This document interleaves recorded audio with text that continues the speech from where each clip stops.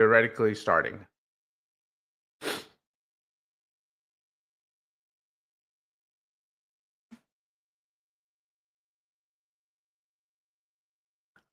Hey guys, welcome to another episode of KLF Deep Dive. I'm here with Cesar Varallo. His name's actually not Cesar. He's very kind to me and he's letting me say it that way. I'm going to let him pronounce it because it sounds so much better when he says it. It's Italian. He's Italian. He's in Turin right now. So for those people in the US, it sounds very dreamy and romantic and very, very suave. But we're going to let him introduce himself, and we're going to talk a little bit about European food law and where we're going with it, what's happened, what is 2026 looking like. But before we start, an introduction, please. Thank you, Darshan. It's a great pleasure to be here. My name is pronounced Cesare in Italian, so it's very beautiful sound. But Cesar is more than fine. I'm the founder of a niche law firm based in Turin, as you mentioned, called Food Law Latest, and which is also the name of a food law blog that I launched nearly 15 years ago now. Our approach is to offer very practical and insightful advice to local and global food corporations with a mixed team of lawyers and food technologists, people with a technical scientific background, because we try to put together the two sides of food law, the technical one and the legal one. And Cesar, when you say you do this with a team, how big is your team? Actually, the stable team in Torino is 5 people. It's made of 5 people, mostly now with scientific background. We are just 2 lawyers and a half, let's say, 2 lawyers and a legal young specialist, and that's it. And here's my question for you. You're talking about the big changes that are happening in Europe right now. Could you talk a little bit more about what does 2026 look like? What changes should people expect if they're coming from the US, which is a lot of my audience, and they're trying to sell product in Europe? Yeah. 2026, I think, will be a transition year. We don't see big pieces of legislation coming, let's say a huge reform of a labeling system or the food safety system. So probably we will have some tweaks to the actual setup in terms of, pesticides, residues, contaminants. We might have small updates. But the concept that you have to grasp is that in the last 2-3 years, the Commission pushed a lot on this green transition called the Green Deal. They launched a very ambitious program that was leading to have at least 25% of the soil cultivated with organic agriculture, a reduction of 50% of pesticides by 2030. But clearly, the economic assessment underlying these big projects was a bit simplistic, I could say. And so now they crash with the reality of the fact that such a dramatic transition cannot be done in a small time frame. And a lot of regulation that were planned inside of this Green Deal were aborted or reduced in scope. So let's say that in 2026, we have to see if the actual European Commission will follow this road to, let's say, to simplify a bit more the life for European companies, allow them to be more competitive in a global landscape, or will go back to the old ambitions of making everything green and sustainable. But you can understand that in the actual economic complex situation, this might backfire. So I have to say this as someone who's traveled extensively through Europe and especially through Italy. I don't understand this. I cannot explain this, but the food just tastes better in Europe compared to the US. I don't know why. I have to believe it's in my mind because that doesn't make any sense. Yet, I know that when I talk to people in the US, I hear that often enough. But all of us go, it must be in our heads. Is the Green Deal kind of basing itself on that, which is you're going back to the organic, the original, what the food is supposed to taste like? and therefore it's going to make it better, make it tastier, sort of like the original Italian craftsmanship in fashion, as opposed to bulk, massive made food. There's going to be a difference, and that's the distinction that Europe's going to have compared to food made in India and China and all these other bulk produced countries, if you will. Well, I'm not sure that such an emphasis on sustainability and organic will stop the consolidation that we are looking at in the food system also in Europe. Okay, big corporation acquiring small companies. Okay, and Italy was a fertile ground for acquisition in the recent years because we are a very nice country with very good manufacturing companies. But sometimes the management was a bit, most of the companies are family owned, very small. So it was easy to buy, consolidate, and make things more efficient. But in many cases, we didn't lose the know-how because, of course, if a French company is buying an Italian one, they will keep the people and the facility where they are. Then, of course, come back to organic might make the food better? Well, good question. I don't think that an organic carrot versus a non-organic one always tastes so different. Okay, we have other instruments in Europe to maintain high standards. For instance, the geographical indications. Okay, you probably know that most of Italian cheeses and salami and meat products are protected by this system, which is specific to protect the ancient know-how of certain preparation and tradition.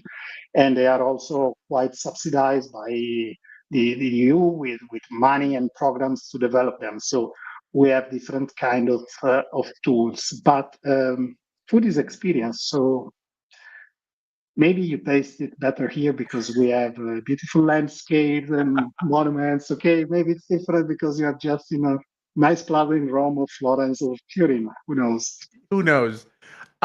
So that's an interesting thing. So what you're saying is it may not have been this whole organic thing, because in the US at least, there's this whole thing on organic and natural, and we want the food to be natural. In fact, yesterday's news was RFK Jr. came out and said that we want the food pyramid to be different. We want to go back to the natural fibers. Assuming all of that is true, I assume that part of it is because it's healthier, and part of it is because it'll make taste food better. And what you're saying, Cesare, Cesar, or as you're trying to summarize, it's not about the organic that makes it better. It's the actual preparation that makes it better. It may be the water, it may be the soil, it may be just the fact that you're sitting in a town square that just makes it taste better. I'm still going to challenge you on that, quite honestly, because I know I ate pizza in Turin that was out of a corner pizza store, and it tasted better for me. But I believe you. So you're telling me that we're not talking about the Green Deal was overambitious. What was the overall goal of the Green Deal? Why was it created? And what do you think this pivot point looks like right now? It was created to again to make the entire system more sustainable. Okay, and to a certain extent, as you said, to protect the soil, the farmers, the agricultural system, and our food tradition.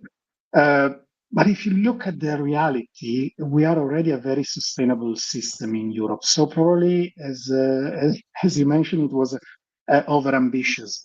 Because if you look at emissions and the negative externalities of the food industry, of other industry, and you look at China, but also at US, you see that the impact is much bigger. Also in terms of recycling of packaging and waste, we're doing quite good in Europe. So probably they push, too much on this side. But the whole intent was to make our system very circular, okay, with with less food waste, with crops grown with less pesticides, less inputs, less waste of resources, including water and and other kind of inputs.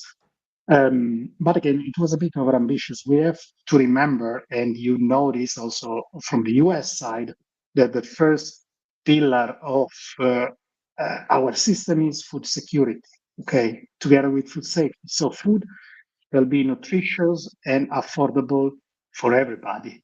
If we look at certain um, part of our food chain, I think about certain organic products or products of excellence, like our geographical indications. They are very costly. The average family now in a country like Italy, which is doing quite well now economically, but speaking of purchasing power of the regular people, it's not doing so well. But also US, where I see that the inflation is fighting and people are not exactly happy of what's going on in terms of supermarket prices of food. Well, I think that we don't have to lose the focus on affordability, because it would be nice if everybody can afford to eat everything organic, high quality, top quality, but that's not the reality. If you look at all the market surveys, the first driver of purchases is price, and the second is taste, and the third is probably the brand. And then you see the expiry date. And then after that, you see quality, origin, and all the other attributes of food. But people still buy, following the price in most cases. Think about extra virgin olive oil as well. Very prestigious product in Italy and abroad. But if you look at the market for the company competing, it's commodity now. Okay, they are really fighting on a few cents per liter, and the prices are not so high. So So what I'm hearing from you is it all begins by talking about price. Now, this is an interesting thing because we don't really consider price in the US from an FDA perspective. Did I understand you correctly by saying that the way the Italians or Europeans, and feel free to correct me, whether it's the Italians or the Europeans, but price is a consideration in the actual manufacturing, the quality processes that are being built in the context of, is it affordable? If not, something else needs to be considered. Is that part of the Green Deal, or is just something the manufacturers are aware of, but not the regulators? I think it's something that manufacturers are aware of, but not so much the regulators. That's the original sin, in my opinion, of the Green Deal. Too much focus on ambitious goal to reach whatever the price, but who's paying the price? That's always the big question, in this assessment. I can make you another example. In the Please. past, we had huge discussion in Europe about what we call the dual standard. So a product with the same brand and the same packaging that is sold in different countries, but with a slightly different recipe. Mm. Sometimes the recipe is changing because in one country you don't have, sugar or salt reduction target. In others you have, so you are obliged to reduce the salt or the sugar. But in most cases, the differences in recipe of products of big corporations, global corporations, are due to local taste. Some consumers might like something sweeter, and not for cheating, but certain countries where say, oh, we are left behind, the corporations are selling us food of inferior quality. In most cases, it was not like that. But also in that case, nobody spoke about pricing, because in a country like Romania, which is part of the European Union, probably the average salary is one third than in Italy. But in Sweden, the average salary is probably one third more or double than Italy. So also the corporation that place products on the market need to have a return. Of course, they don't work for, they are not no profit. So you need margins, or you have to adapt. So let me ask you this. As a food lawyer in Italy, what are the types of issues that are brought to you? What were the big top 3 issues that were brought to you in 2025? 2025, European Deforestation Regulation, Oh. EUDR is the acronym. It's a piece of legislation that at the last day of December was delayed to the end of 2026 for the entry into force, but it will have a huge impact on the supply chains of certain commodities like cocoa, soybean, meat, coffee, because for those commodities that are grown in a big part in countries that should be rich of forests, like South America, for instance, speaking of coffee or cocoa, the EU ambition was to create supply chains that ensure that such products were coming from deforestation-free area. Deforestation-free area according to the local legislation, but deforestation-free areas that should be also monitored by the European importer, the European business operator, with geolocalization, with satellites, with those tools. So basically, this regulation will at the end of 2026 impose to European importer to demonstrate that those commodities are coming from deforestation-free area through geolocalization and documents that you have to ask your suppliers, and you have to present a due diligence at the entry into the EU. You have to upload your due diligence on an informatic system that registers all the import in the EU to import those commodities. This will be live probably end of 2026, but you can understand, I think, immediately the impact this could have, okay? Because one, certain big corporations are ready.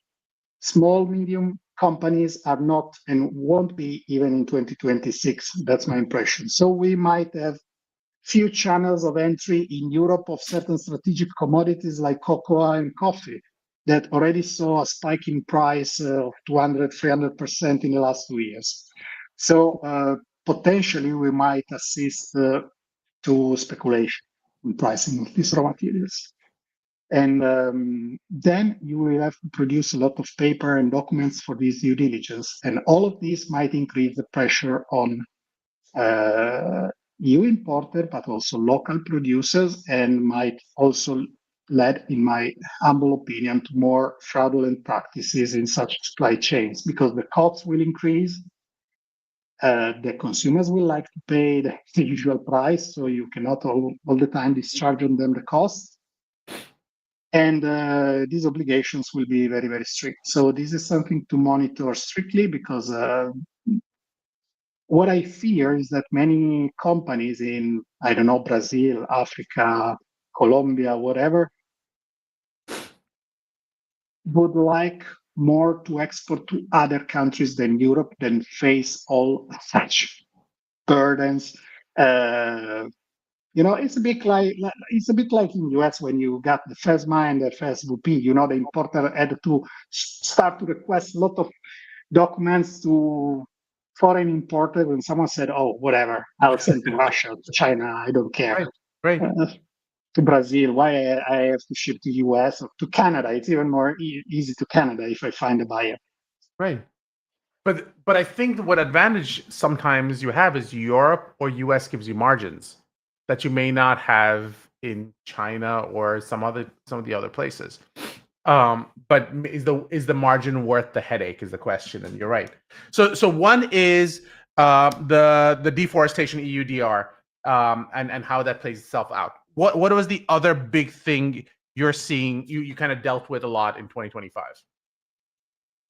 Well, mostly I would say sustainability claims, because in this Green Deal package, the Commission was supposed also to regulate the green claims. Okay, I'm sustainable, I'm good for the environment, zero emissions, whatever. At the moment, they established just principles, okay, in a European directive already in force about unfair commercial practices in general, not just green practices. So if you do green claims, they should be measurable. The moment they need supporting documents to show that your practices are actually in place. You cannot, for instance, also declare ambitious goals for 2030, 2040, 2050, and not start to do nothing now. Okay, so it should be also an actual effort. Okay, you cannot just promise.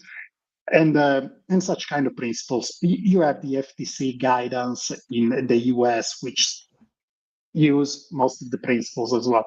But I add a lot of curious because competition and advertising authorities are starting a lot of inquiries and investigations on such practices. And also the Consumers Association are very keen to sue you if you step a bit out of the boundaries. Is there a lot of lawsuits from consumer organizations in Europe? I didn't know that was a thing. Well, it might happen. In most cases, they threaten lawsuit because we don't have such efficient class actions as you have in the US to, Got it. to, you know, to make the whole business so interesting. A legal system in Italy, for instance, the civil law system is blocked. Okay, to see the end of a lawsuit might need 2-3 years if you are lucky, just for the first degree. If you have an appeal, it's nightmare. So it's not so efficient if you want to make some money and monetize, on unfair commercial practices of companies.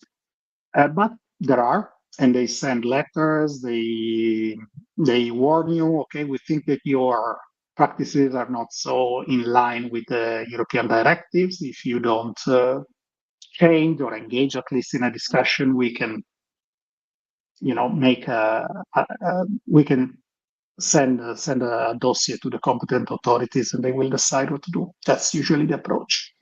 Very interesting. So we had deforestation EUDR. That was one of your big issues. You had sustainability claims be your second one. What's your third one?